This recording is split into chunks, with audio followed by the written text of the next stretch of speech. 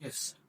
नमस्कार विद्यार्थी मित्रांनो, आज खूप छोट्या व्हिडिओमध्ये आपण टाइप्स ऑफ कार्बन ॲटम्स आपण समजून घेऊ. हा जो मॉलिक्युल आहे तो आपला इथेन आहे. तर ब्लॅक वाले कार्बन्स आहे आणि हे जे व्हाईट आहे दीज आर हायड्रोजन्स आणि मध्ये याच्या सिंगल बॉन्ड आहे. ठीक आहे. या कंपाऊंड मध्ये हा कार्बन 3 हायड्रोजन्सला आणि एका दुसऱ्या कार्बनला अटॅच केले. म्हणजे हा जो कार्बन आहे तो प्रायमरी कार्बन आहे, राईट. आणि जर मी समजा एक हायड्रोजन रिप्लेस केला आणि याच्या ठिकाणी जर आपण एखादे सपोज कार्बन अटॅच केलं, इथे काय झालं बघा आता, राईट.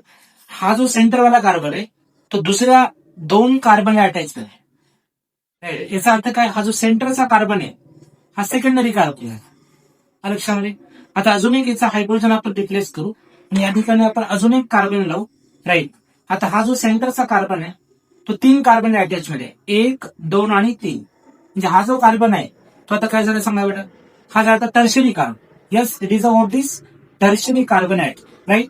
तर अजून एक याचा एच आपण रिप्लेस करू आणि याला आपण काय करू, एक अजून एक कार्बन ॲटम अटॅच करू, राईट. आता बघा, हा जो सेंटरचा कार्बन आहे, राईट, हा दुसऱ्या 4 कार्बन अटॅच मध्ये आहे.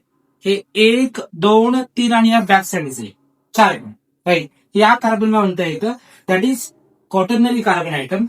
That is the carbon atom which is bonded to primary, that is another 1 carbon which is a primary, another 2 carbons secondary, another 3 carbons tertiary, and another 4 carbons that is quaternary. Thank you.